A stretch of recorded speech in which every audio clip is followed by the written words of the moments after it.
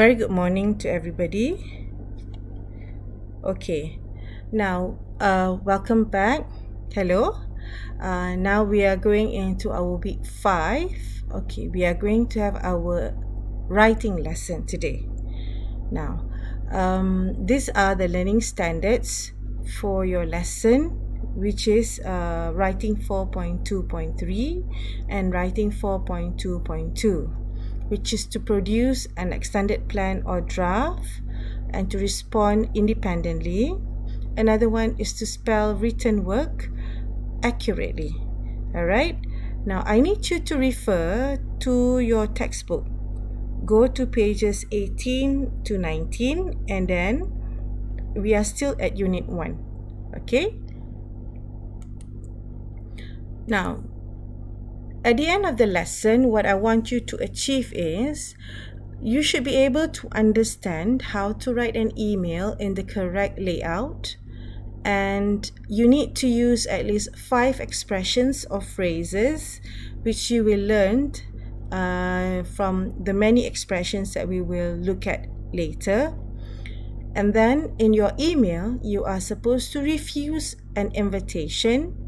And of course, you have to elaborate all the notes that are given to you in the task. Okay, let's go to the first email. Now, this email is also found in your textbook. Do refer to your textbook. Okay, let me read this. Now listen. Hello, Mark. How are things? I haven't heard from you for ages. Anyway, I've got some great news. As you know, I've been nagging my parents to get me a laptop for a long time. Well, guess what? They're getting me one for my birthday, which, by the way, is in 2 days. Isn't that incredible news? I won't need to use my dad's ancient computer anymore, and I'll be able to organize all my music files and films. Here's some more exciting news. I'm having a party on Saturday. Would you like to come? You know, we haven't seen you since you changed schools. And it'll be a good opportunity to see your old friends. What do you think? Well, that's all for now. Write back with all your news. I hope you can make it to my party. Yours, Simon. Now, look at this email. Who wrote this email? And this email is given to whom? What is the purpose of this email being sent? What is the content of this email?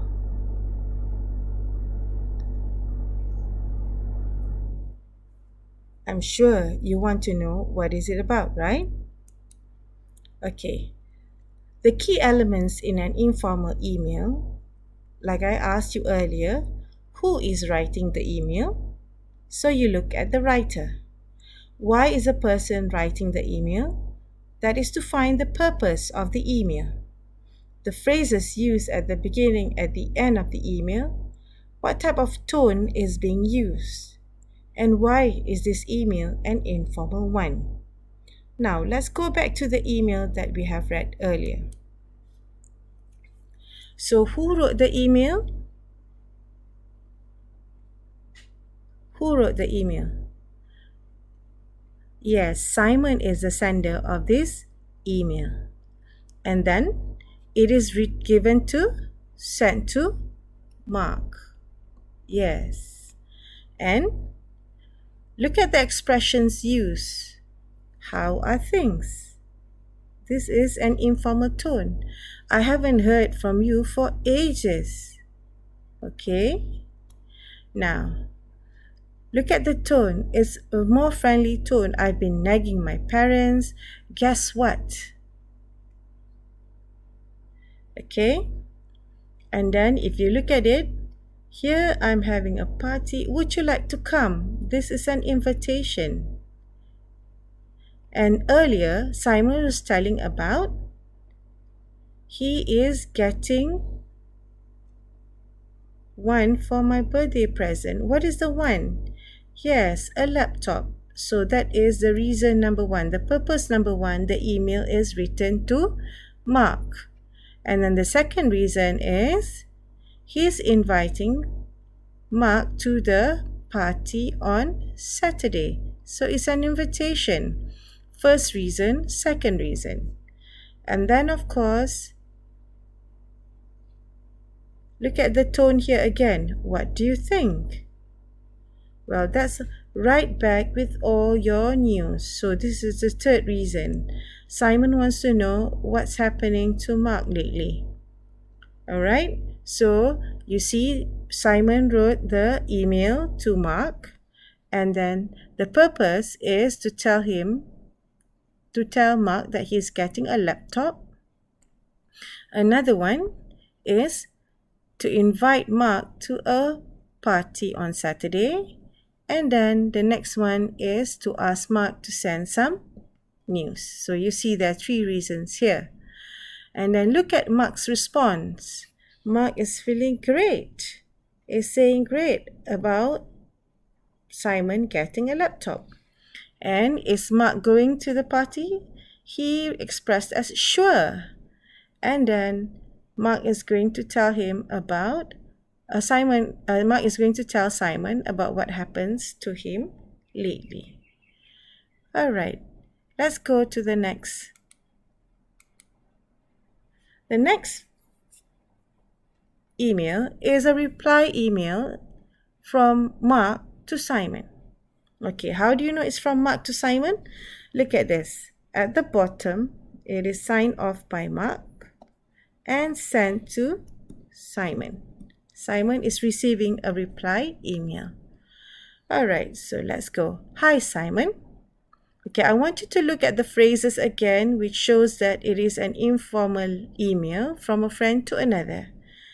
Sorry, I haven't written for so long, but I've been quite busy with schoolwork. Thanks for the invitation, mate. You know, I wouldn't miss your party for the world, so count me in. I'm really glad you're finally getting a laptop. Now it'll be easier to keep in touch and we can maybe play some online games. Let me know if you need any more songs for the party. Now let me fill you in with my news. My new school is okay and I'm doing quite well. However, I haven't made many new friends yet. There's this one guy though, from my science class who seems quite interesting and is absolutely hilarious. He's into hip-hop like me and actually raps quite well. So we're thinking of creating a band together.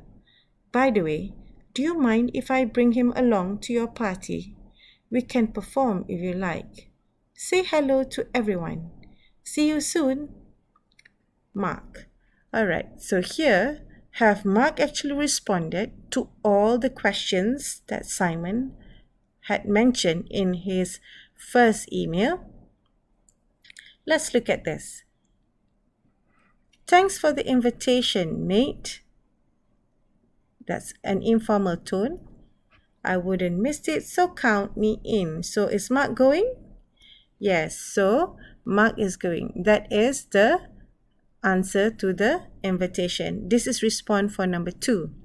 I'm really glad you're finally getting a laptop. Now it'll be easier to keep in touch and we can maybe play some online games. Alright, so here I'm really glad finally getting a laptop. So this is the response for number 1 in Simon's email. And this is response for number 2 about the invitation. And then, now let me fill you in with my news. So this is news. So this is number 3. What had he mentioned? My new school is okay and I'm doing quite well. However, I haven't made many new friends. So this is about Mark's life that Simon wanted to know.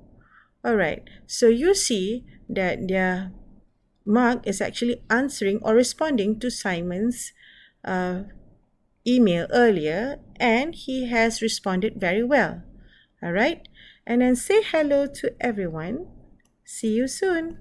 So this is where an invitation sounds like, an email sounds like when it is an informal email.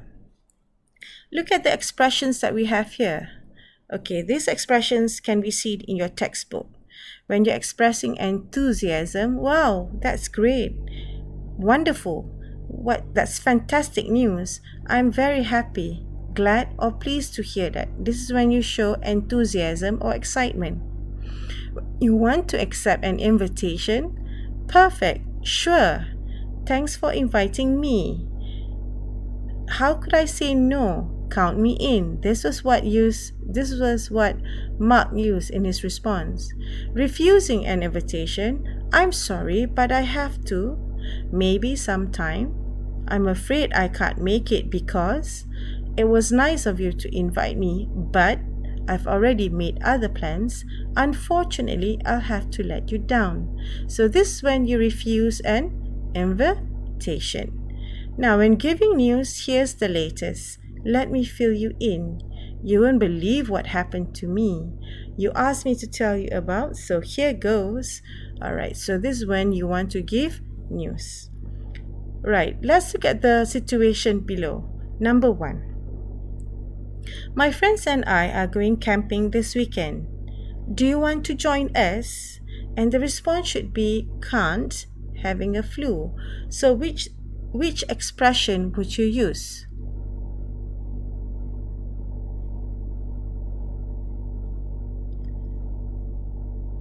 Yes, you can use any of the 4 here. All right, and you can use them in your response. How about the second one? Guess what? I passed all my examination. The response is supposed to be fantastic. Of course, you take up from showing enthusiasm. Wow, that's great. That's wonderful. That's fantastic news. We're responding to a good information. I am very happy. I'm so glad, okay? All right, so these are the expressions that you can use in your email whenever you respond to whatever situation given in the email that you have received. When you want to show enthusiasm or excitement, when you want to accept an invitation, when you refuse an invitation, or even when you're giving news. Okay, now, when you want to write an email, make sure you plan your email well. All right, you have seen the first email that is from Simon to Mark, and then from Mark to Simon. The layout is the same. All right, and you have to remember that should be number 1 is the greeting. Hello Frank, dear Uncle Greg, hi Mom. And then you have an opening paragraph. That's number 2. How are you keeping? How are you? I hope everything's okay. Thanks for your letter. It was great to hear from you again. Okay. Part 3. You would have 2 or 3 paragraphs telling about what you want to mention in your email.